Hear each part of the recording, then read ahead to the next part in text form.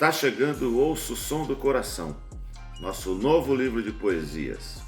Os detalhes do presente livro ainda estão inseridos no tempo de poesia E Se Desse Certo.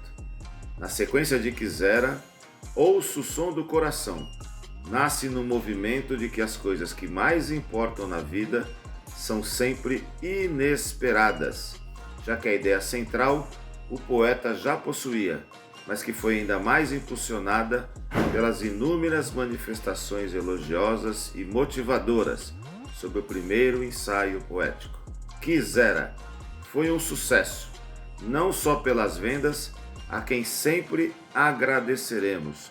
Quem nos conhece sabe que isso nunca foi a intenção maior.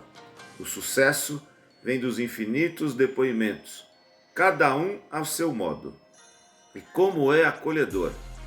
Neste ensaio, trouxemos a participação de Calíope. Sim, Calíope, filha de Zeus e Mnemosyne, que é uma das 9 musas, e sua missão é justamente a inspiração dos seres humanos para que estes se tornem criativos na arte e na ciência.